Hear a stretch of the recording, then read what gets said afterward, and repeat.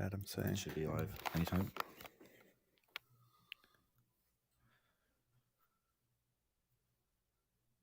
Hi, everyone, and thank you for giving us your time today. I'm Ian Hamilton, and in case you're new here, I'm recording this from our studio in VR. I'm wearing Quest 2 with hand tracking and meta avatars, and I'm joined by my co-host, David Heaney. He lives on the other side of the Atlantic Ocean, and we've never met in the physical world, but in this studio, we can sit together each week and talk about the latest developments shaping the next generation of personal computing. We can see live comments. Hi, Adam Hartzell. When we record this on Tuesdays at 10 a.m. Pacific, and VR download is available for listening on every major podcast platform. Heaney, what do we have today? So we're going to talk about Pico's plan to take on Quest 2 in the United States and fund their own VR games. We're going to talk about Horizon Home finally launching so that you now have avatars in your Quest Home of the people you're in a party with. We'll talk about Horizon Worlds finally coming outside North America to the United Kingdom and adding a new feature which allows you to garble the voices of strangers. We'll talk about Meta's prototype Photoreal avatars, the new advancement for them that means they no longer need a giant capture rig to be generated. We'll talk about a report that suggests that Apple's headset will be delayed into the middle of next year, not just the start of next year. And finally, we'll be talking about the report that Meta has cancelled its 2024 consumer AR glasses amid widespread cost cutting at the company, which includes the cancellation of some of their other future hardware ventures. So, a lot of things to talk about today. Yeah, hi, Onakaze, Chris Richardson, everyone else. I saw you teasing us about starting late. I don't think we started too late today, Heaney. I think we did. We did I pretty think we're well. within 2 minutes. Yeah. Yeah, we of course it kind of blows my mind when I really stop and think about us coming across two continents, timing it up and, being able to still go live within 5 minutes of published time is a miracle, a small miracle every time compared to where we were at the beginning of this stream. All right, Pico. Pico seems to be planning to move into the USA. They've just launched the Neo 3 Link in Europe, and they look to be spending tons of money, according to a report from Protocol, to support this rollout. Heaney, right before we came in here, I was talking to Jamie, who has the Neo 3 Link in his hands. He's been testing it out, and we got some of those early impressions from him as he's sort of assessing that for review. I don't think we'll go into it too in depth, but it was very, very interesting to talk to him and see where he stands on this product compared to the Quest 2, where we stand right now. Heaney, what's the latest here with Pico, and what do you think we're going to be in for in the next year from them? Yeah, so as you say, this is a report from Protocol where they have a source and they've noticed a lot of job listings from Pico. So the job listings they've noticed, the most interesting one is for a head of consumer sales in the United States. And it's described as being responsible for the sales and marketing of Pico's overall product in the US consumer market. And that's notable because Pico is currently not in the US consumer market. They launched over the past month in Europe, in countries like the United Kingdom and Germany and Italy and the Netherlands, but they're currently not available in the United States. So launching in the United States means that they could take on Meta's Quest 2 in its home native market, where by all accounts, it's making the majority of its hardware sales. And then the second part of this report is that the biggest issue with taking on Quest 2 is content. So Pico's store already has over 100 titles, including some of the top-selling VR games like Superhot, Demio, After the Fall, Arizona Sunshine, 11 Table Tennis, Walkabout Mini Golf, and etc. But it's still missing some of the bigger titles and missing the exclusives that are either fully or partially funded by Meta that Meta may allow to come to PlayStation or PC, but it's very unlikely they're going to let those titles come to a competitive standalone. So that includes, Beat Saber, Population 1, Resident Evil, The Climb, Echo Arena, and Onward. So what Protocol has noticed is that Pico actually has a lot of job listings for a new division called Pico Studios, where they want to build up their own exclusive content library. They want to fund VR games and experiences that will make buyers, regular buyers, not people who are kind of very into the politics of Meta versus another company, decide to really buy the Neo 3 over the Quest 2. And Protocol's source indicates that the company plans to spend tons of money, that's the direct quote, tons of money, for VR games and experiences of its own through this Pico studio. Yeah, and I was looking at the Pico Neo 3 link website, and I saw this image right up there and confirmed with Jamie that this is pretty much exactly what they ship in the box. It's a USB-C port that is also a display port, or sorry, it's a USB-C cord that is also a display port cord, right, Heaney? And it actually screws into the top of the headset. You have a little mini screwdriver that they ship you with this headset, and you can go into DisplayPort mode with your headset. How I was talking to Jamie about this. How big of a threat do you think this is to the Quest 2? This feature specifically, or the headset in general? In general, yeah. So it really depends on what kind of content Pico Studios comes out with. It's always very hard for a company that doesn't have gaming in its DNA to jump straight into funding games. And we saw this with Facebook at the start when it was first in its first years funding games. Even though it had people through that Oculus acquisition from the games industry, there was still a lot of missteps. And you see it, for example, when Amazon tried to make its Luna streaming service, when Google went to Stadia. It's sometimes hard for these tech companies to know what kind of studios to fund, what kind of games to fund. So it really does depend on what Pico Studios comes out with. And it also depends on how much of the non exclusive Quest library continues to come over to Pico. I've actually been pleasantly surprised by how much is already there. People would be surprised to see that a lot of those big games we talked about earlier are already on this headset.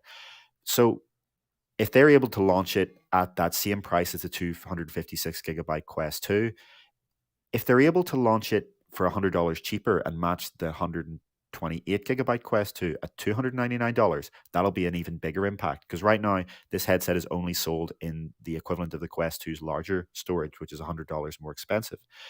As for this feature, it's the big hardware differentiation between these headsets. You know, these are almost identical hardware wise, except that this has a native true PC VR mode. But that's only going to matter to a small subset of buyers because the majority of standalone VR buyers never use their headset on Steam because they don't have a gaming PC. But it is a competitive advantage for this for people who are into PC VR because it means you don't have to deal with that compression and you don't have to deal with USB issues.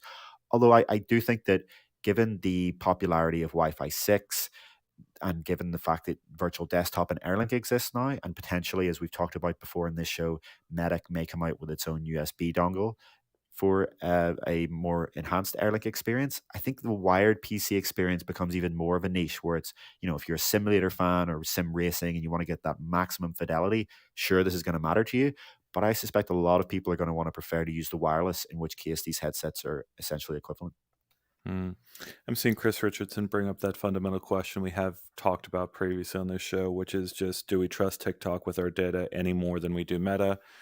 Of course, that's a hard question to answer. I think the answer, one of the really insightful comments we had previously on that is, neither is kind of the solution, right? You should have tracking systems that destroy data as soon as they sort of analyze them, and don't store it anywhere. And so it's going to be a long process of us vetting whether that actually happens in these systems and getting hardware people to actually go in and root out how these things function over time. Um, but that's kind of a separate issue from just, are these going to compete head to head for people's dollars in the next little while? And, I think when we were looking at this here, I was talking this over with Jamie, that this seemed to me like a really effective replacement for a Rift S or a Rift if you still stuck in PC VR of those eras, right? If you want to go up to a have some standalone features and move up to a newer PC headset, this seems like it might be an interesting option, for some folks, even if they're not necessarily getting all of those premier big name titles that Meta has gone and already brought into the Quest ecosystem. Yeah, in a way, if you are just looking for a PC VR headset, this is actually a very compelling option. And it's not as quite as high resolution as the Reverb G2, but by all accounts, and from when I tried it, the controller tracking is better. And obviously, you have those standalone features. You have the option to go wireless, and it's hundreds of dollars cheaper. So Yeah, ironically, this could end up as just even more of a compelling PC headset than it is a standalone if you're purely looking for a standalone product. But when it comes to those data privacy issues, that is something that's going to matter because a lot of people have been hoping for when they ask for competition to Quest 2, or at least a lot of people that are in the kind of tech industry bubble, is a headset from a company that isn't basing its business model around this kind of data collection. And a lot of reports have shown when security analysts look into this that the TikTok app, which is owned by the same company that owns this, ByteDance, actually collects more data than things like YouTube and Facebook and a lot of the Western apps. And you are talking about a company here that, at the end of the day, is heavily linked to the Chinese government, has been known to work with the Chinese government on some of its surveillance programs. And if you're trying to make an ethical decision, being stuck between Meta and ByteDance is really, neither of those is a great option if you're truly trying to be an ethical consumer. Yeah, but ethical consumer, it becomes a really tricky thing where you draw the line on what you're responsible for in your purchases. That's a very deep rabbit hole to go down at any given moment. Learning how and what your technology is being used for. I always find it interesting that drones, have evolved, and the way we refer to that technology as now a little toy that follows us around, but it has origins in a completely different space where people started using that terminology first. Uh, any comments there we should respond to before going on to the next subject? Um, the last thing I would just want to say is I think Onakazi's kind of hinting to this, but there is a potential that if there is in the next kind of decade or two a trade war between the United States and China, or some would argue there already is, if it escalates further, there's a possibility that ByteDance would be put on one of the import ban lists, just like we saw happen to Huawei. So there is a possibility that even if this does start to gain a foothold in the US market, that a few years down the line it isn't able to for external political reasons. And Mm, I wonder how that would affect people who already own the product, or developers, or kind of people who are interested in the ecosystem. yeah, very interesting. All right, let's move on to that next subject here because, uh, yeah, all right. So, CEO Mark Zuckerberg formally announced Quest V41 includes the ability to invite friends to your virtual home, quote, as soon as you put on your headset. I find this related to the last subject because we're talking about Pico and where they are with their devices. And here we are with Meta and Quest, and they really are at this step where you can mark out your whole home with their latest feature. You can basically put your whole home as outlines inside your headset, and now you can invite people into a virtual version of your home with potentially those. I don't think those outlines will show up for other people, but they're going to want to hook this up to Horizon Worlds eventually, and this is going to be the starting point where you can meet with another person from theoretically anywhere and then go off on a journey with them in maybe a 360 app. Mark Zuckerberg announced this feature. I found this was really interesting, showing Alex, I can't remember his last name, Honnold, I think. I don't know how to pronounce it. A world class rock climber who did a 360 video that is available on Oculus TV, and so you can hook up with a couple other people using this Horizon Home feature and then go watch this 360 video. But beyond that, none of the fundamental features are there to make this a truly compelling thing yet, right, Heaney? Yeah, this is something that has been missing from the Oculus platform for arguably years, and it was announced back in like October at Connect 2021 as coming soon, and we're now in June, and it's only just shipping, which is strange. But people have been asking for something like this for a very long time. In that, when you're on an Xbox and you're in a party, it makes sense to have that just be an audio call in the background. But when you're in VR, it seems like if you're in a party, then when you're at home and there's no app launched, you should be able to see each other as avatars. And it's just such a basic feature that Facebook has actually been hinting about having since the original Rift launched. It was something that they were always hinting at, saying this is going to come. They had a sort of almost this experience on the Oculus Go with Oculus Rooms, and then it was retired. They had a meet up with friends in a small space and share media experience with Facebook Spaces, and then it was retired. So they finally seem to be landing on this Horizon concept. And but as you say, there's still not very much to do here. You can watch 360-degree videos and you can launch into other apps, But this isn't some kind of headline feature of a destination you would really want to spend time in. The idea is that this is just the menu. When you're not in an app, when you're sitting around saying, okay, what do we play next? Or you've just met up with your friends and saying, right, are we ready to launch in? This is just that kind of background default experience you're in, and it makes sense to have it be a social thing. So I guess what the Onikaze pointing out that, yeah, I was pointing out two different features there. So marking out your home is one completely separate feature, and then here inviting friends to your virtual home is a completely separate thing. What I'm getting at there is there are very significant software features that Meta is rolling out right now, or in the near future, or in the just rolled out, that put them a pretty significant step ahead of where Pico is at this point in time. There's a lot of catching up to do software wise in order to get to where Meta is right now. And even where Meta is just the beginnings of turning these devices into fundamental communications and fundamental communications devices. Like Heaney, outside of this weekly meetup with you, I don't have a lot of reasons to go into VR yet and meet up with people and go on journeys.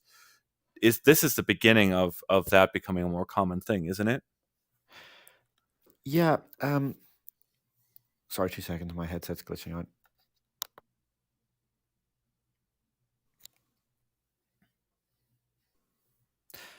Yeah, I'm back now. Yeah, that was the reason that we covered when Pico made their partnership with Qualcomm, because as Meta has, over 10,000 people working on VR and AR, it can ship all of these software features that differentiate it from competitors like the Neo 3.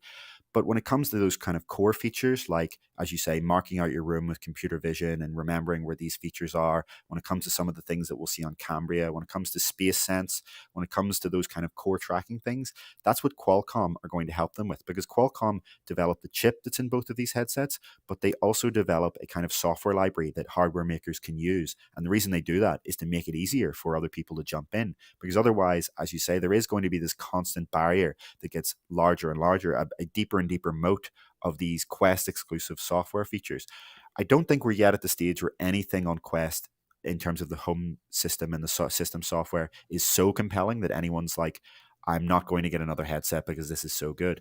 Horizon is still not the sticky social app. It's Rec Room, it's VR chat, and Horizon still, it's growing and it's getting significantly better with every update, but it's still not in anyone's first choice other than its kind of small niche of power users. If Meta can get it to that point where this all works so flawlessly that you jump into this with your friends and you see them instantly in front of you as avatars, you can jump into a game and there's no kind of special menu of loading, you're in this same party, then yeah, you're going to get to this point where people are unwilling to leave the ecosystem. There's a kind of lock-in effect in the same way that Apple have with iMessage and their other services. But I wouldn't rule out ByteDance's ability to hire engineers to do this. They have TikTok, they know social themselves. And one of the things I kind of forgot to talk about in our last section there was the potential integration with TikTok there means that ByteDance can build its own mode. If you can stream directly from a Neo 3 in the future or a Neo 4 or 5 to TikTok, if you can integrate some sort of live streaming, if you can integrate the social features there, if you can make TikToks within this headset, that's going to be something that Meta can compete with in terms of Instagram, but Instagram is not the hot thing anymore. It's TikTok. And even if they market it through TikTok, the ability to do that means they can reach young people in a way that Meta cannot anymore. Hmm. Very, very interesting. A lot of competitive edges to them to like compete with each other. Just today, they announced the parental update features for teenagers who are 13 to 17, and basically a teenager can request parental supervision from, uh, someone in their family, and they can then moderate their access. But that's it's really weird to see all of these young people flocking to social networks at the very same time that Meta is kind of instituting lockdown, guardrails on some of those features. It's just very weird to kind of see this social network that was so much about growth, growth, growth, growth, growth, being about trying to raise up other principles, even though internally, isn't there some restructuring around the fact that they need to grow again? Just a lot of things all transferring, changing all at once. Like there's a theme in some of our stories, Heaney, where we'll get to eventually here, where all these companies are in the middle of a very, very serious restructuring program that has a lot of long-term consequences. Yeah, it's pretty unprecedented. We haven't seen a company try to transform like Meta has. Potentially, you could say Microsoft shift from consumer to enterprise, but even then, it was still within the same realm. We're talking about a company going from making social media apps to trying to make an entire hardware, system, software, and platform ecosystem. It's unprecedented.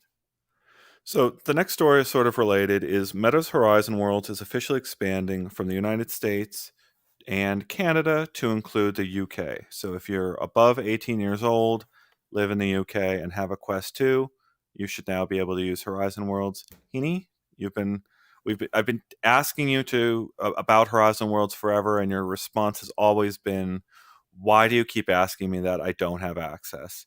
Have you been in there yet? Yeah, I went in last night and I played around with the creator tools. I tried some of the main worlds. And most importantly, I talked to the people who have been there since the start. I talked to some of the power users that are regulars. And I was actually pleasantly surprised at the polish, the power of the visual scripting and what you can do. And from talking to the users, the changes that happen every few months and even over the past 6 months mean that this is actually evolving very rapidly. This is not something that is stuck on its laurels. One of the most interesting changes I heard about was that when this first launched in beta, which was what, a year and a half ago or something like that, the maximum number of players in an instance was 8. And I remember us complaining about this at the time at the show because it's like, that's not really a public social VR metaverse platform. If you can only have 8 people, that's almost a private platform. That's no, not really any significantly more than workrooms. It's basically the same as what you would have in Horizon Home, when you have a small party of 4 or 5. But apparently that was then changed to 12 and then 20. And now today it's 32. So they've actually quadrupled the number of people in an instance. And that's still not as much as Rec Room. Rec Room can handle 40. It's still not as much as VR Chat, which can handle technically 40, but 80 if you use a kind of invite workaround. But what impressed me was that if I'm in Rec Room and there's 40 people, the performance is visibly terrible. If I'm in VR chat on a Quest natively and there's 40 people, the performance is awful. Horizon World's performance never dipped. Even at 32 people in an instance, no issue at all. No matter what complexity was there, they were able to keep performance. So is Rec Room more fun? Yes. Is there more content in VR chat? Yes. But the technical fundamentals in Horizon are impressive to the point where if they can build it out and get the right creators and add the right features over time, I'm more optimistic about it than most people are because that does matter, those kind of technical fundamentals. And as you pointed out before, things like the positional sound, the little details like the way the UI works, it is a significantly more polished experience. And if I were to imagine an average tech user being thrown into Rec Room versus being thrown into Horizon Worlds, you can see why they would maybe prefer that over time. Now, again, I want to go back to the point that I said Rec Room is more fun, has a lot more content. VR Chat has a plethora of content and a lot more power to the point where you can do things in VR Chat that you would not believe are being done in a single application. It almost feels like being inside a full native application. Horizon Worlds has a long way to go to get there, but I'm more impressed than I thought I would be. Hmm. I'm missing it on my lineup here, but I think it's related enough to get into right now. But the other feature added to Horizon Worlds this week, which is the ability to garble the voices of strangers. So you can go into this voice mode and change it from none here to garble voices of strangers. And now you're just going to hear nothing intelligible from anyone who isn't on your friends list. And basically, you can do this gesture, I think, to hear people temporarily, but then go back to them not, or you have to add them as a friend basically to hear them uh, make intelligible sounds. I saw several people in our comments mention that the over 18 requirement that is there on all the Horizon Worlds marketing, those are very squeaky voices inside of Horizon Worlds for that to be basically making a joke that no one's listening to that requirement. This is a way to stop hearing people who may be really trying to just scream, bother you, or otherwise troll your experience. And I first noticed this in Half and Half. Did you ever try Half and Half back in the day, Heaney? Yeah, I did. It's a lot of fun. It's a great example of building a social VR app around the constraints of the current technology. Hmm. Yeah, and of course they've got Knock over there, the developers of normal VR. If you can go check out Knock, but it's a very different experience. But I just loved that constraint of not being able to sort of be bothered by the voice of other people and almost turning into silliness, right? That experience half and half has full body avatars because the elbows are jiggly instead of what we have here, where you're trying to guess at the locations of my elbows. And both of those ways of making the voices silly and the body jiggly makes it a wonderful experience, even though none of the headsets can do those things right now. Like it's such a horrible experience if you don't have that filter on for voice, and then you can really get disconnected from your body if the elbow isn't in the right position, as I'm sort of demonstrating right now. Um, it's just I'm thinking this might be pretty commonplace in the future, Heaney. That's why I wanted to focus on this so much. Do you think this is something we're going to see become much more commonplace across other social virtual worlds? Yeah, I think it's an interesting solution to the public moderation problem. I think if you're someone that wants to go into these platforms to experience the content but not meet strangers, especially if you want to experience the content just with your friends and you don't want to be bothered by people, this is perfect. It's obviously not going to be for people who are on there to meet strangers and talk to people, but for the people who do want that kind of content experience without being bothered, without being harassed, yeah, it's a great solution. I think one of the more interesting changes that they've made more recently, and again, this is something I was talking to a power user about, is that world creators can now remove people from a world for 2 hours. So if you're the creator of a world, you can essentially become your own moderator. Obviously, that's something that's available on other platforms. And, on the general internet, the solution of how do you moderate has been to put it down to the creators of communities, to the owners, to the managers of communities. On Reddit, it's the moderators. On a forum, it's the moderators. These are people who that you don't have to pay, so it scales up the concept. These are people who are already active there because they're the ones actually creating the content. So yeah, it's part of a larger suite of safety tools, of which the safety bubble is one, the garbling is one, and community moderation is another.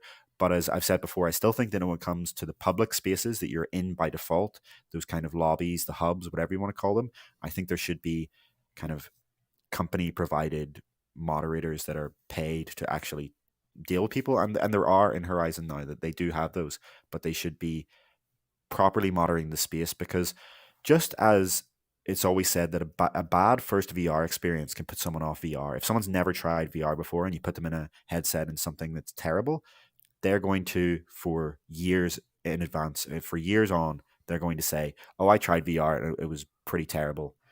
If you put Yeah, someone in it's social VR and their first experience is coming in and being, harassed or racist words said at them or things like that, which happens in VR chat. We need to talk about the fact that it does happen. That's some people's first ever experience of public social VR. They're never going to come back, or they'll come back years later and they're going to tell their friends, "Oh yeah, I went to social VR and it was like this."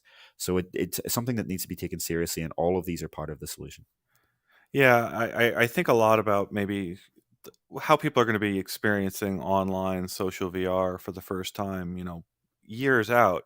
And it's funny to think back, like, yeah, in a couple of years, do I put a VR headset on someone and they go, why does everyone sound so funny? Like I can't, like everyone else is speaking Simlish, right, or whatever it is from the Sims game, and you just point out, yeah, you actually don't want to hear those people.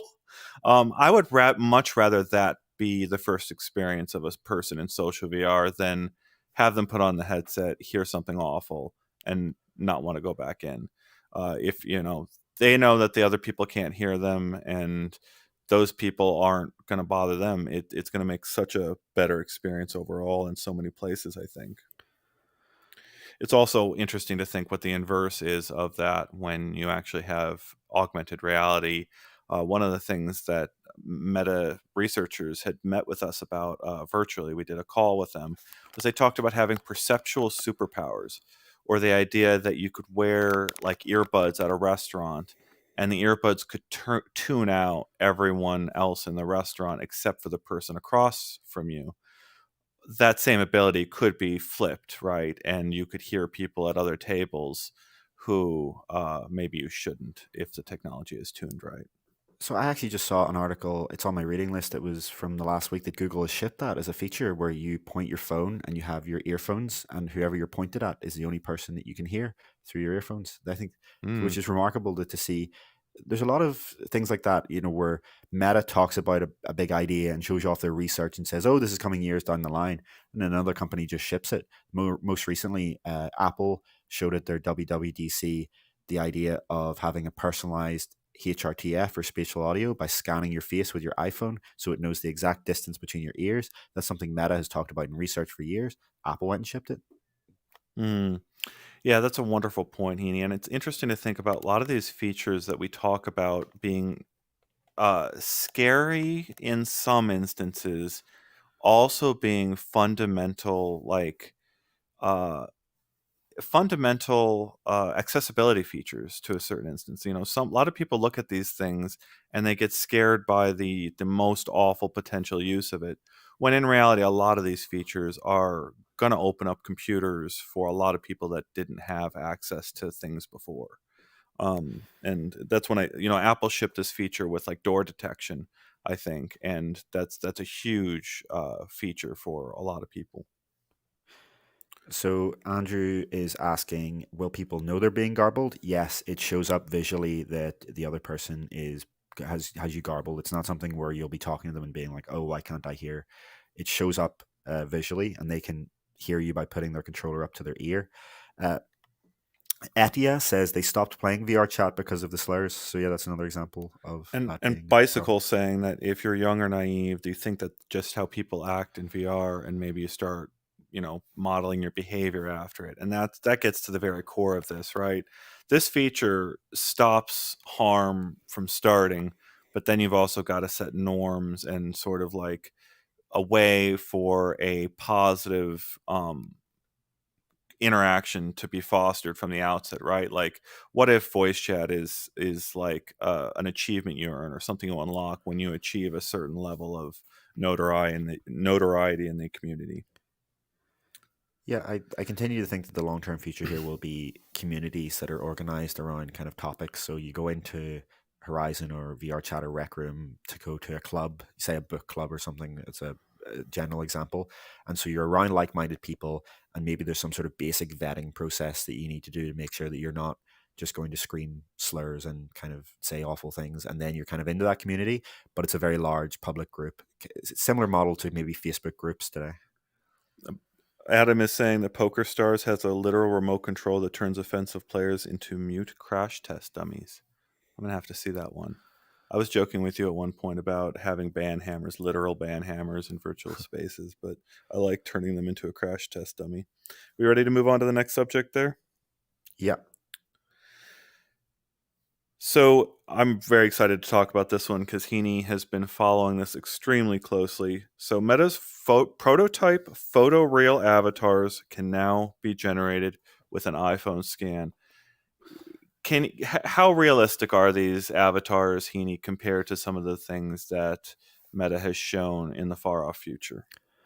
So this isn't less realistic, it's just a different generation method. And if you're not familiar with codec avatars, I would suggest just quickly Googling them.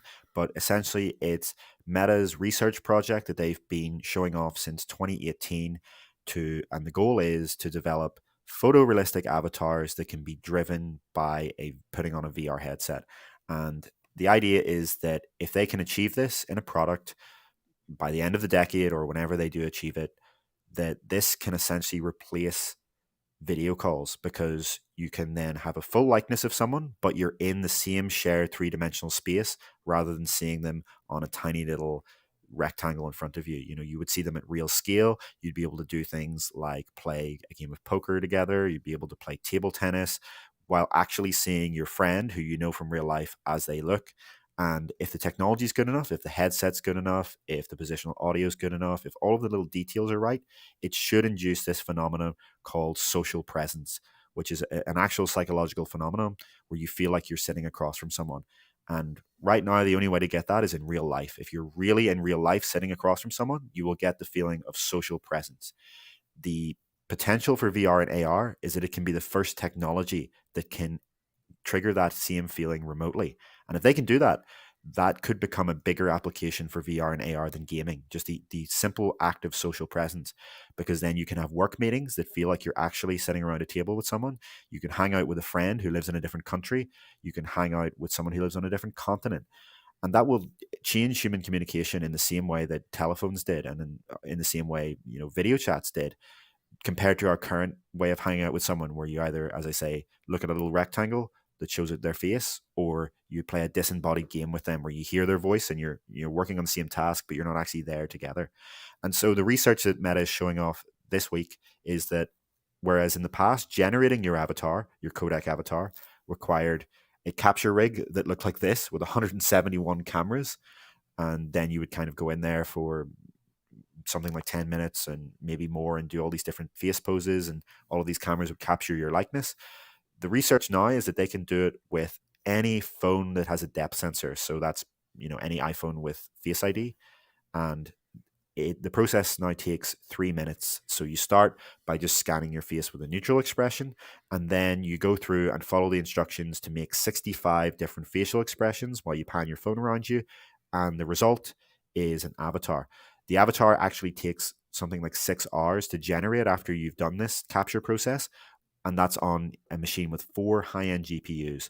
So if this were in a product, that step would have to happen in the cloud, obviously, although the goal would obviously be that by the time this is a product, they can reduce that to significantly less than 6 hours. But once you have that avatar generated, you can put on a VR headset that has face tracking and eye tracking cameras, and it will act as if it is you. You can speak, and it will look like it is you actually speaking and moving with your full facial expressions.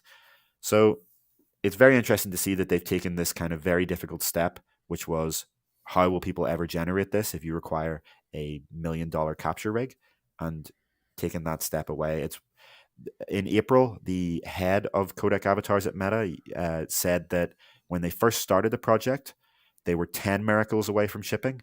And he said they're now 5 miracles away from shipping. Although I don't know if this would count as one of those miracles to make it 4 miracles. Well, so here's the thing about this tech that I really, I don't know, it's hurting my brain a little bit. And I'm seeing in our comments from people saying our show would benefit from this tech, right? And we've seen it again and again in our comments. These avatars aren't perfect, right? There's a lot of work to go. I don't even feel like I've gotten my avatar to represent myself the way I want it after going into that system a bunch of times. I'm wondering if there's going to be a gap between the avatars that we wear and they look great to our audience, but they don't look right to you and I. Is there going to be a period where, like, if you and I are face to face in here, you look in an uncanny valley, but we actually look great to the 2D camera out there? Is that going to happen, Heaney? No, honestly, I find the opposite. I find that a lot of the time, VR avatars don't look as good on a 2D camera on a broadcast than they do in VR. If I watch this show afterwards, or if I'm looking at the virtual monitor over here, they look a lot less compelling than seeing your 3D likeness here, because of how you're moving in front of me and how you're actually a three-dimensional object from my eyes perspective. I think the whole goal of codec avatars, and I do think it's reasonable to say they have achieved this, is to bypass the uncanny valley, to use these advanced machine learning techniques to avoid some of the problems of the human made kind of manually generated video game characters we've seen in the past. Because machine learning has advanced so much in the past few years, specifically computer vision and in generative adversarial networks, that photorealism is no longer some kind of science fiction ideal. Neural networks really can truly capture the likeness of a human being in that latent space, to the point where this is the result. This is not the camera. This is where the person is. I don't think this is the uncanny valley. To me, this goes far beyond it and looks just like a normal video of someone talking. It does, yeah. It passes that test for me. I think it's all the little mannerisms that a person picks up on. The things your family members might know to pick up on your face that might not get caught by a sensor. I wonder if those things add any kind of level of slight uncanny valleyness that might add up over the course of interacting with this kind of avatar in real time over any length of time. Like, it's weird, Heaney, to think that maybe unless we find a way to meet in the physical world very soon. We've talked about it. We haven't nailed it down yet, dates, but unless we do that, I could go from seeing you in this avatar in the next few years and then physically seeing you face to face, and there being a real gap there, or being no gap. Like, it's hard for me to imagine meeting you virtually before truly meeting you physically. Like, I can't comprehend actually seeing you 100% at a distance when that's literally what this promises, right, Heaney? Yeah, it'll be interesting to see what those minor disconnects are. Obviously, there are going to be imperfections in things like the hair, but the goal of codec avatars and what modern advances in machine learning make possible is that there would be no gap. That is what they're aiming to achieve. Now, obviously, we need to say that this is not something that exists on a consumer hardware. This is all research right now. The question is, can they actually ship this? But as someone who kind of very carefully follows computer vision and machine learning and advances in generative networks, it really doesn't seem out of the question. Deepfakes have been a thing for years now, that we're at the point where a very well done deepfake is essentially indistinguishable from reality. And it's not slowing down. The pace of advancement in machine learning, if anything, is accelerating. So if they're aiming to ship this by the end of the decade, I don't see any reason we would be in the uncanny valley if they're already here. Hmm. Good point. Any comments there that you want to respond to before we move on to Apple?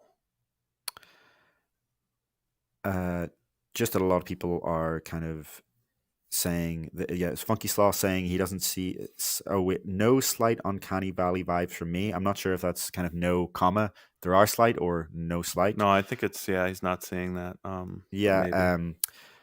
some people are saying that this is very scary. The future is going to be crazy. Yeah, this is going to have profound implications on society when this is able to be shipped. So yeah, Well, because I've talked about this a little bit previously, Heaney, where if this is what the base layer of your avatar is, right? Like, you've got a real ID button next to your face that says, "Yeah, this is actually how I look," right? And you could have authentication systems that could provide that level of, like, this is actually how I look. Then you get the situation where the I've never connected with an avatar or virtual costumes except out of maybe Diablo is the only game where I've actually cared about where the way the character looks and gotten more equipment for them. But it's just weird, Heaney, to think of all of the ways that we could cosmetically change these avatars, and then we have to have the AR glasses to see those avatars out in the real world. In many ways, our avatars and our virtual clothes or our virtual pets in the future, like, are we going to greet each other out in the real world with those things? Is that going to be how naturally this all is going to be? It's just, it still feels so far away, but we're still seeing the pieces of this technology fall into place right in front of us, aren't we? Daniel Leeper is making the point that I see people make often, where they said, "Don't most people in VR not want to look like themselves?" Yep. That is a very good point, and a lot of people are going to choose to look like something very different, maybe even a different animal that's not human. Uh, but I think if you want something that looks compelling, it matters, as I say all the time. Avatar, when it comes to avatars, it matters more how they move than how they look. It's very, very easy to make a photorealistic still of a human, but when they start to move, that's when you can usually tell that something's wrong. And we can look at some of the full body research on this to see the real challenges and where that comes in. And if you look at the full body research that Meta has presented in the past, they create an entire skeletal and muscular model of the person to make them move naturally. And so if you try to translate that to someone that looks very, very different, the physical movements that you're making that are being tracked by whatever body tracking system you're using, in the future, probably computer vision, today, Vive trackers or whatever, it's not going to look quite right, because the way a human moves, if you just map that straight onto another creature, isn't going to look like how another creature would move. It's still going to look like you, but in some sort of costume. So why not have this base photorealistic avatar, and then you can put whatever costume you want on you. But as long as it looks like a costume on your actual skeletal and muscular structure, it's going to actually look like it's moving right. It's like if you ever see Benedict Cumberbatch acting as Smaug for the Hobbit movies, notice when he has that kind of motion capture rig on, how his acting is not any longer how he speaks, it's about how he moves. He has to kind of look into all of the ways that you would imagine a dragon might move and really kind of contort his body in a very, very specific way to make that work. That's not something that you're going to do unless you're kind of doing some sort of acting thing in VR. And so I do think that I would also argue that maybe the people who use VR today don't want to look what they really look like. But I think if this technology starts to be being adopted by hundreds of millions of people, and you start to get into more kind of normal people who use technology not as their hobby but as just a tool, you're going to get the people who do want to look a lot more like themselves. If you talk to normal people, the idea that they would want to look like a furry is something that they're probably not going to jump on top. They're going to say, "Why wouldn't I just look like myself?" Okay, so this is getting into a lot of topics, but like, I think of Instagram filters and Facebook filters being the way people present themselves to begin with, right? That's the default way hundreds of millions of people across the world share how they look to their friends and family, the nearest people in their lives. And it's only when you actually go face to face do you see the way they actually look. And I could see that exact same thing happening with your avatars, right? Your avatar could represent how you look on your best days with exactly how you want. I guess what I'm getting at, Heaney, is you talked about normal people, and you also, like, two sentences later, talked about the some of the weirdest communities that are out there in VR chat, right? Like that is a very big segment of VR chat. And at some point those worlds are going to collide, and we don't know what kind of avatars are going to be predominant going forward over the rest part of this century. But like, I think there's a very serious situation, like a very serious possibility where this is your underlying avatar, and then there's just layers and layers and layers and or alternatives that you can swap to of other things you can tack onto this avatar. And I keep expecting this situation to happen where over time you could pull away those layers and actually show your base avatar once you start becoming more comfortable with people. Yeah, it's going to depend on the context, isn't it? When you're at a work meeting, you're going to just want to look like yourself. But if you're playing some sort of fantasy game, you're going to want to look very different. And it's one of those things where we're likely going to have options, and there's going to be probably, a costume system if it's presented like that, or just an avatar selector. I don't think it's going to have to be either or. But when it comes to replacing video calls, you're going to often people are probably going to often want to have their own likeness. Whereas the more it is that you're interacting with strangers, sure, you're going to want to have this different version. And as some people are pointing out, maybe even your own photorealistic self will be your idealized self. As you say, yourself on the best day, even better than that, maybe yourself with a kind of beauty filter attached to it. But as I'm pointing out, the more and more that that actually differs from your real skeletal and muscular structure, the more it's going to look wrong because that's not how you're actually moving in real life, and it'll look almost like a mannequin. Hmm. Well, I think we've destroyed all of our commenters. They're destroyed by our conversation. I think we ready to move on to the next subject. Yeah, let's talk about that Apple report. Yeah, so a prominent supply chain analyst, one of the few that we come back to again and again because they are so reliable with their reports in the past, they're suggesting that Apple's headset is going to be announced in early January, probably January, or sorry, early 2023, probably January, and that it is likely on a path for a launch in the middle of 2023. Heaney, what else do we know about the Apple headset at this time? Yeah, I feel like we talk about this thing almost every week now. With this one image, right? They just changed the background color on it, and we're good to go. Yeah, exactly. We really do talk about this every week. If you're a regular to the show, you may be getting quite bored by it. But obviously, Apple entering the industry would have profound implications for the popularity and the kind of mainstream view of virtual reality and headsets in general. This recent report, as Ian points out, says that uh, is from Ming-Chi Kuo, a supply chain analyst who we often quote because he has successfully predicted Apple's moves in the past years in advance. And so he is going against the consensus of the rumors, the consensus saying that this headset will launch in early 2023. And he's saying that no, it will be announced in January 2023, but won't ship until the summer. And between then, Apple will basically be giving out developer kits. So in early 2023, developers will get access to this. And then by the summer, you can actually purchase it as a product. And, if you are somehow living under a rock and haven't heard the rumors about this thing, the idea is that it's a much sleeker, lighter headset than something like a Quest that has very, very high resolution cameras for color mixed reality. So it's just as much a mixed reality headset as a virtual reality headset. The idea is that Apple will port its key apps like FaceTime.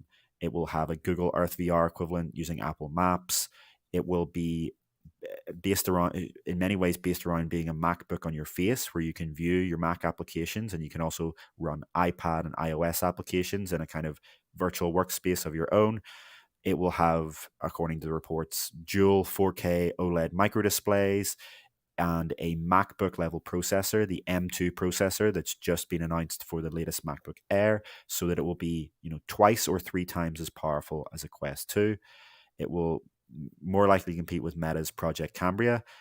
It will reportedly not have touch-like controllers, so it will not be a gaming headset in that sense, but it will use hand tracking and a custom controller that is like a little series of rings that attach to your fingers, which very interesting idea. We can't really talk about that until we know about it. And yeah, the rumors suggest that this will be priced north of $2,000. So Apple is going to release an extremely premium product here that has all the bells and whistles, all the features in a sleek and lightweight package. But reportedly, they are struggling to get that performance and battery life to work well in a headset this small. And so they're dealing with overheating problems, which is, as I pointed on this show, probably to be expected when you're trying to put a laptop processor into a thin and light headset. Yeah, I'm seeing everyone trying to figure out what the name is. I always liked Eyelid. I thought that would be a good one for their headset over time. But obviously, they've moved away from the eye naming, so I don't think that's going to happen. The thing I want out of Apple devices is co-watching, and we've seen SharePlay make big moves. We've seen a lot of big moves software-wise, but it's kind of devastating to hear that everything except Meta devices is getting pushed out of 2022, isn't it, Heaney? Yeah, well, Meta had its own issues with overheating for years. The Gear VR overheated within 5 minutes. The Oculus Go would overheat within maybe 45 minutes, an hour when you're first shipping it. The advantage of Meta is that they started doing this in 2014. Zuckerberg paid $3 billion for a small startup that no one really believed in called Oculus and slowly iterated to where they are today. And so these other tech companies have only really clued into VR being popular in the past few years. It was only kind of the success of Quest and Quest 2 that made a lot of these companies realize we should be on this train too. So they have to start from the start. And this is a new product category. And it's obviously going to take them some time to get off the ground and get ready to compete.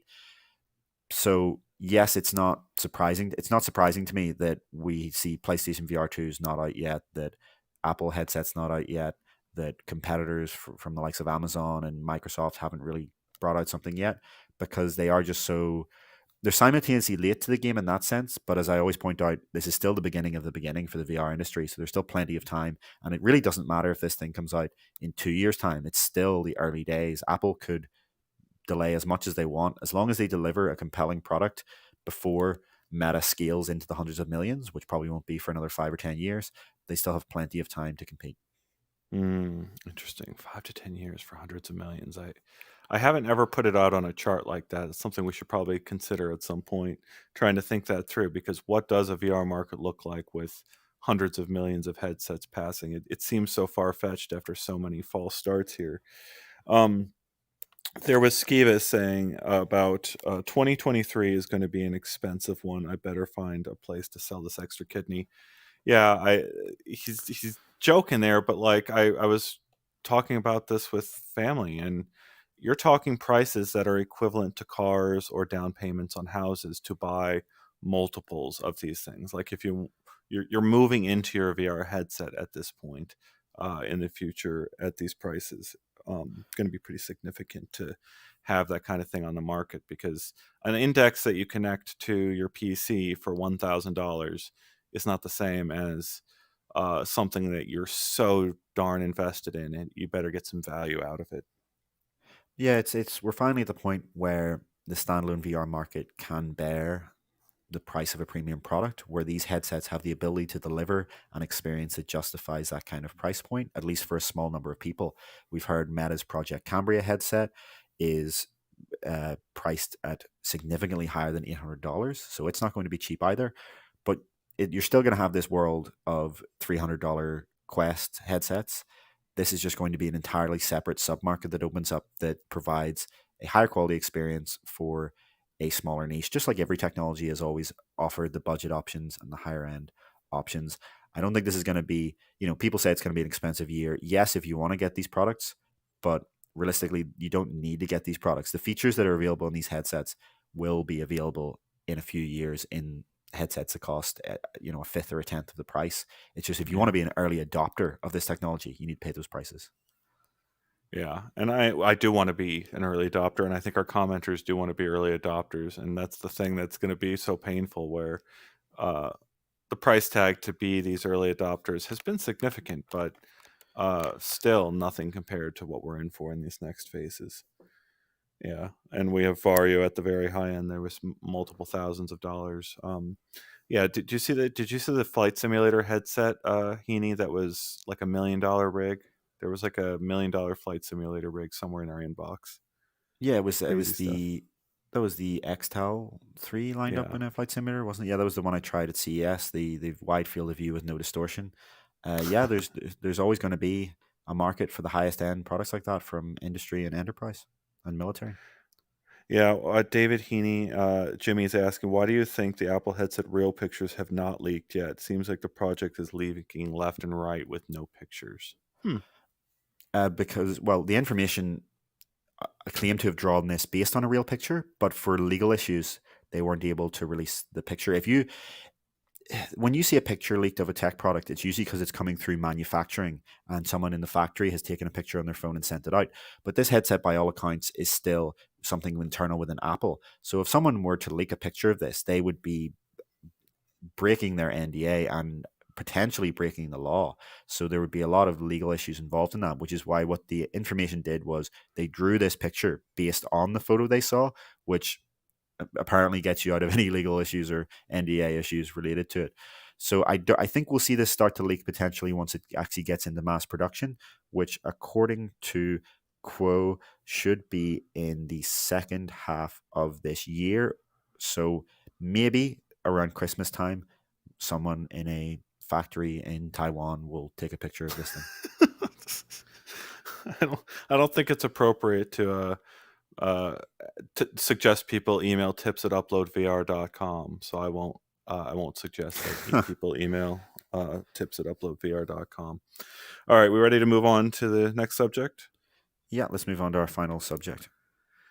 Meta no longer plans to release the AR glasses that they had planned for 2024 to consumers. The Information and The Verge are reporting they're instead going to plan these first glasses as a dev kit. Heaney, can you walk us through exactly what we expected to be in this device and what still might ship pretty soon? Because I think there's still the camera glasses line. I reached out to Andrew Bosworth directly to ask him whether they were going to continue the camera glasses line because there's still more that they could push forward from smart glasses before actually getting to an AR headset if they wanted to continue that, right, Heaney? Yeah. So in October at Connect 2021, you may remember Mark Zuckerberg announced Project Nazare, and he said it's our first full AR glasses. And the idea was that they didn't show you any specs, they didn't show you any details. They just kind of showed this weird mock up that didn't really reveal anything because it wasn't even real footage. But in April, a report came out from The Verge saying that Meta planned to ship Project Nazare, their first real AR glasses, in 2024. And Nazare apparently weighs 100 grams, which is around 4 times normal glasses, resembles Clark Kent's thick black frames, that's The Verge's direct quote, have a battery life of 4 hours, and it would be powered by an included wireless puck, which can fit in your pocket. And the original target field of view was 70 degrees, but The Verge said that that goal likely won't be met. So, flash forward to May, and Reuters reported that Andrew Bosworth, the CTO of Meta, told staffers in this Reality Labs hardware division that makes the AR and VR products that the company could not afford to do some projects anymore and would have to postpone others. So that brings us to, well, in that April report, The Verge noted that The expensive components in Nazare, which included eye tracking cameras, custom waveguides, and micro LED projectors, meant that its price would be multiple thousands of dollars, which meant that if this was going to ship in 2024, as had apparently been planned, it would have been a fairly niche product aimed at early adopters and developers anyway. But The Information and The Verge now both report that Meta no longer plans to ship Nazare to consumers. It will not be sold as a product. Instead, it will be distributed to developers and used as a demonstration product. They'll show the press and say, this is our AR glasses we've built. They'll give it out to developers so that they can start to build apps. But the new plan is reportedly to ship what was originally going to be the second generation as the first generation to consumers, and it would happen in 2026. And The Verge reports that the difference is that it has a sleeker design and an improved optical system, which likely means a wider field of view. So it's not that Meta is no longer going to do AR glasses, it's just that as an actual product, it's now going to arrive 2 years later, and the first product will just become a developer kit. And but as Ian mentioned, there's also this separate product line at Meta, the Ray-Ban Stories, which we have today, which are camera glasses. They just have a microphone and a speaker and cameras that allow you to take pictures and videos from a first-person perspective. And in May, Zuckerberg met with the founder of Luxottica, the Italian billionaire, which is Luxottica being the company behind Ray-Ban and Oakley that actually has a near monopoly on the glasses market, to plan, and this is what he said, new smart glasses. The Verge says that next year, as early as next year, Meta plans to release non-AR smart glasses that just give you a little heads-up display of notifications from your phone. So it doesn't have a wireless puck that's in your pocket. It doesn't do augmented reality. It doesn't put, Pokemon or objects in your room. It just has a little heads-up display. And that product is apparently still on track to be shipped as early as next year. Putting two and two together, I suspect that that's probably going to be the next generation of Ray-Ban Stories. So whereas today there's no display system at all, you just have that speaker for audio output. The Ray-Ban Stories next generation may have this little heads-up display, and so there'll be 3 years after that until consumers can actually buy real AR glasses from Meta, and they'll probably be a lot more expensive. But until then, there will be non-AR smart glasses. Yeah, and when you put this into the context of everything else going on, so Microsoft also had a reorganization quite recently with all the HoloLens and other teams integrated into the rest of the company. So what I'm getting the sense here from across the industry is that AR is further out than all these companies uh, expected, right? That they're throwing billions of dollars at engineering wide field of view, lightweight, see-through lenses that can insert believably objects into your field of vision. And I think it was Jerry Ellsworth I had in the studio within a couple weeks ago saying it's just physics. It's very, very hard.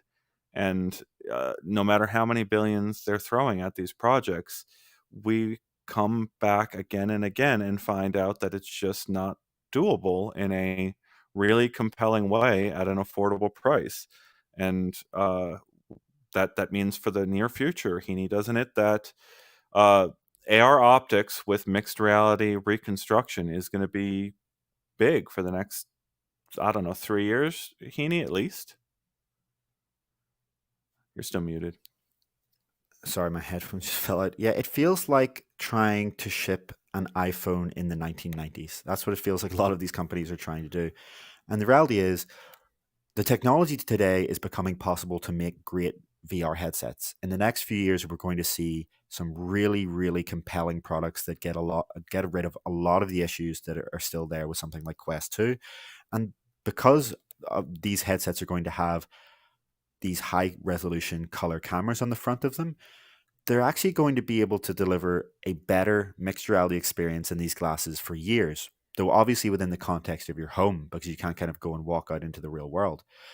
But until then, we're going to see a lot of AR glasses products that are bare bones minimum, in the same way that you could buy a PDA in the 1990s. You could buy what is essentially a smartphone, but it was nowhere near actually compelling enough to be something that anyone other than tech nerds would want to really actually use in the real world. It does seem that until then, there's going to be this kind of class of smart glasses that are essentially Google Glass, but not dorky. Google Glass, but in a normal pair of glasses that don't look any different than a normal Ray-Bans or Oakleys. But the idea, as you keep sort of alluding to, that we're going to get these AR glasses anytime soon is just science fiction. And even when they do arrive in, say, 2026, they're going to cost thousands of dollars, and they're going to have the kind of first generation issues that a lot of these products have. And but just for people kind of wondering the context here, this isn't the reason reportedly that Meta has canceled these. The reason is that the entire tech industry is now going into kind of hiring freeze and in some cases layoffs in anticipation for a massive slowdown in the economy and a potential recession coming up. And tech's always very good at kind of preempting these issues and knowing that they're going to happen beforehand. Um, and in general, if anyone who's in the stock markets will know that all of these stocks have been heavily affected in recent weeks in anticipation for this coming recession. So Meta is making these cost cutting decisions, which include apparently canceling its planned first generation smartwatch, and also that they will no longer make any more consumer portals, their video calling device. They're cutting that entire section of their business. So this, I don't see this as something where Meta's like, oh, the technology's not ready yet. It's something where they're just saying we can't afford to do all of these generations so soon. We need to wait until it's ready. Yeah, and it brings me back to Quest 2 and the focus on Quest 2, where we have heard those executives say that that product's going to be on the market for a while, repeatedly. And we heard, and I think Andrew Bosworth say that again within the last 2 weeks, something to the effect of that headset being on the market for a while. Heaney, how long do you think Quest 2 is going to be the highest selling headset from Meta? Well, until Quest 3 comes out, I guess it's they're going, which That's where reportedly, I'm going with this. How long until Quest 3 essentially? Because I even if Quest 3 comes out, there's these things that they want to put in the hardware that just it's hard to imagine it hitting the same price. And I wonder if Quest 2 could ever be a low end product to a Quest 3, or whether they'll just flip the switch like they did from Quest 1 to Quest 2 overnight. yeah, I think we're going to see a swapping of the flitch from a sway flipping of the switch. That's a real tongue twister right there. From Quest 2 to Quest 3. I think, I suspect, and again, this is my speculation, I have no inside info, blah, blah, blah, disclaimer, disclaimer. I suspect that Quest 3 will launch not this Christmas, but the Christmas after. And I suspect it will come along with a processor increase, because that's the only real way to advance standalone VR in a compelling way that makes sense to call it a new generation is with a new processor. And the reason that happens so relatively soon from Quest 1 to Quest 2 was that Quest 1 launched with a processor that was already 2 years old, but Quest 2 launched with the processor that was the newest one available at the start of that year.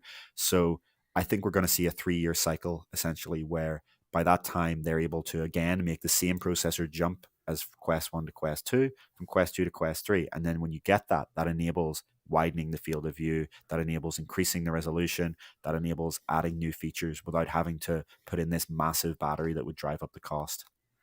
Artful, going right to the question of will it be the updated XR2 chip? Do you think you need the XR2 Gen 2? Yes, as we've noted before in this show, and other people have noted, Qualcomm is now calling the current XR2 that's in the Quest 2, that's in the Neo 3, that's in the Vive Focus 3, they're calling it XR2 Gen 1. So I suspect that Quest 3 will launch alongside XR2 Gen 2. That's it would be incredibly surprising to see it launch with the same 2020 processor. It simply would make no sense in my opinion. There's no way for Meta to advance both the hardware and the content that's available, to get games that have better graphics and bigger scope, than to really make a generational processor leap. It would be like launching the PlayStation 4 with the same processor as the PlayStation 3. It just wouldn't make sense. I'm seeing this one question from Jimmy, and I just want to clarify or see what you think, Heaney. Meta comes out, or I've heard sort of release targets come from Meta executives, like for instance, the release target for Horizon Worlds in smartphone form. So I think that's all we know about that. Like the only reason we have that date target is because Mark Zuckerberg came out and said this is coming out this year. But things can happen during production and building of these technologies to push them out. And all through the rest of the show, we're talking about examples of things getting pushed out in various ways. But Meta has been absolutely steadfast that Cambria is coming this year again and again and again. Do you think they can, do you think there's still the possibility of delay? Are those just executives telling their teams what they expect? Or is that actually going to, is there going to be something unexpected to push that out beyond this year? No, I think they're launching this year. They've said it as recently as a month ago. Wh- Large companies like Meta and Apple and others and Samsung are able to have these exclusive supply agreements with companies like Qualcomm and their other suppliers that small startups aren't. So what happens when there is a shutdown in China and when there is kind of these supply chain issues and the production's lower is that the startups are the ones that are pushed out so that they can deliver to the bigger companies. And it's, you know, you can argue about the ethics of that. You can argue about whether that's a good thing for the market. Obviously, it isn't, but that is the reality here. These big companies are not affected in the same way that the smaller ones are. Uh, the report we saw from that Chinese analyst that reports on Pico sometimes suggests that Cambria will launch in September. And to me, that seems to make sense. Some sort of quarter 3 launch around September or October for Cambria would be my intuition there as well. Hmm. Any comments you want to respond to there before we wrap this up? Uh, Onakazi's talking about the idea that with the same chip, you could have a Quest 3 that uses the same chip but eye tracking and foveated rendering to make it worth it. That's an interesting idea, but I still think when it comes to some of the core functions like the CPU and things like the RAM, you're still going to want to have an advancement. Even with the neural processor that you have on there, they're going to want to have more power in that so they can do more computer vision things. I would be incredibly surprised if they would launch a Quest 3 with the same processor. Uh, Bionic Freak asking this question kind of out of the blue. Let's get to the real questions. Why is Minecraft not officially on the Quest yet? OpenXR has been the thing that Microsoft has said is necessary there, I think, for them to support VR across platforms, and it's there. Microsoft supports OpenXR, and it's even, I think, supported in the bare bones parts of Minecraft. It's just there's no kind of easy consumer path for them to get that product onto a Meta headset without giving Meta 30%, right? Yeah, I don't think that was ever the issue, the OpenXR thing. I think that was just a line. And, they're on other platforms where they already have to give the platform owner 30%. I think it's just the fact that they don't want to dedicate the resources to what is a relatively small platform. And potentially it's that they don't want to support a future competitor if Microsoft itself wants to launch a consumer platform. We talked a few months ago about that Business Insider report that Microsoft is still juggling between whether it wants to be in the consumer or enterprise market and whether it wants to be a hardware provider or a platform provider. And so until they've actually figured that out, they may not want to help their competitor. When it came to when it came to Gear VR, that was a very different situation in that a lot of the sentiment around Meta hadn't really come into the same realm as is today. It was a different Microsoft. John Carmack was directly involved in the project. There were a lot of kind of uniqueness to it that I don't Yeah, think that would they translate over to specifically, the it was a plea. It was a personal plea, I think, from John Carmack at some point in there. There's this very technical mind who's ready to complain to publicly that, I did all the work, but they decided not to release it. Like, at the end of the day, I think that's what finally pushed that might have been what finally pushed that through because they did talk about Minecraft kind of only coming to Oculus back in the day with a very direct plea from executive to executive, and I don't think that necessarily that whole experience worked out well for Microsoft, right? Like getting on Oculus Go, was it, and Gear VR and it was Rift? just Gear Is VR. it's just Gear VR? Oh, and Yeah, so Rift, yeah. Gear VR, yeah, and so there's getting on there. I don't think that was a big business for Microsoft, and why would they want to do that for another platform again and not their own? So I'm seeing a lot of other questions here on a Yeah. variety of subjects. Jimmy asked, do you think Avalanche Cloud Gaming has legitimacy? As in, do we think the leaks are real? Yes. If we want to go down to the next question, Beam and Dev asked, why can't cameras just be swapped out? because the chip itself will, if it's processing more cameras or high resolution cameras, can't handle that. There's a certain limit to what it can handle. We've The leaks from Cambria suggest that Meta will actually be putting in a custom chip to handle some of that camera work. So it's an ASIC that some of those face tracking and eye tracking cameras will communicate with, and then that ASIC will then communicate with the chip. Ideally, if you want to ship a $300 headset, you can't put in another chip like that. You want the base chip that you're using to be able to handle everything that you're throwing at it, because perhaps that's one of the cost drivers of Cambria that means it will be significantly higher than $800, as Meta has said. Bicycle asking the question about Asgard's Wrath being spotted with Quest 2 parental control tweet. We've reached out to Meta on that subject. In the past, they've used Asgard's Wrath to advertise Quest 2 when they really, in a weird way that they probably shouldn't have, because they gave it misleading idea that this is something you could do in standalone mode. Um, we've asked. It was odd to see that, so yeah. Personally, I suspect it's just a media person making a mock-up with the assets they have. I don't think that if Asgard's Wrath was coming to Quest, it would be teased in a blog post about parental controls in the middle of some media asset. I noted that it had a section on it for add-on content, and Asgard's Wrath doesn't have DLC. I noted that it had the reviews that were the exact same reviews, 4.5 stars, as the Rift version. I think they just lifted the assets and didn't think about it. And then James O'Laughlin asking this question about NVIDIA Omniverse XR. Impressive level of visual fidelity with stereo ray tracing PCVR stream to Quest. Have you looked at that at all, Heaney? Yeah, we covered it. It's very interesting. It's the first fully ray traced VR. The system requirements were hilarious. The minimum was something like an RTX 3090, and the minimum was an RTX 3080 Ti, and the recommended was two 3090s NV linked. So that was something that you need a very high end workstation or an absolute monster of a gaming PC to run. But I tried it, and obviously, I'm using a 3070 Ti, so the performance was not great, but it was visually incredibly impressive to see real time full ray tracing in VR. And for the applications that's for, which are visualization and industry, that's going to be very impressive because they're using ray tracing. You don't need to recompile the scene like you would in a game engine when you're changing the lighting. You can move around objects and change the lighting as much as you want, and that's directly dynamically reflected. So I think something like architecture is a great example of where that's going to be very, very important. The fact that they can actually visualize what a building will look like with different lighting at night, with artificial lighting in the sunrise and the sunset, that is a game changer for a lot of industries that today are doing this all in a much more slower iterative process. There's another question from Opsar asking about Xbox. Wasn't it supposed to work with the Oculus Rift at some point, or am I misremembering? I think he is slightly misremembering, except that there might have been discussions behind the scenes that just never came to fruition during that period.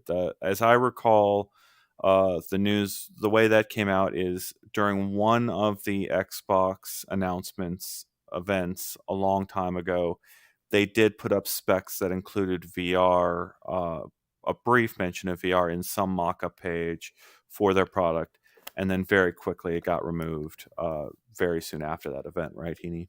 Yeah, it was the Xbox One X, not the Series X, but the One X, their PS4 Pro equivalent. In the trailer, they had one of their developers say, and it's capable of high fidelity VR, which was obviously never shipped and hasn't even shipped on the Series X. And when it comes to the Oculus partnership, that only ever turned out to be an app for the Rift where you could view and play your Xbox on your local network on a screen in front of you, kind of like the 2D element of virtual desktop for your Xbox. So it wasn't anything really compelling in the end. I suspect it was that same kind of souring of the relationship between Microsoft and Facebook that may have killed any prospect of something more than that. Hmm. Well, I think that wraps it up for us this week. Thank you so much for tuning in. Go and check out our showcase last week with some incredible trailers shown off, as well as our last week's episode, which was like a double episode with. Sorry, what was that, Heaney? I didn't say anything. Oh, I thought you heard. We had like a double episode last week with Alex and Skiva coming in here to talk about their experience at AWE. And yeah, go back and check that out. And we were going to be nonstop with the news this week as we go into next week in the summer. It's just going to be nonstop news as these platforms build out over the rest of the year. Be sure to like, comment, subscribe. Come back next week, next Tuesday at 10 a.m. And of course on Thursdays for the Games Cast. There's a lot of things that I think Jamie is going to get into the Games Cast. We only briefly touched on Pico here. Hopefully he can talk about some of the Pico games more in depth by Thursday. But thank you so much for the time, and we'll see you in the future. Thanks so much, everyone, again. We'll see you next week.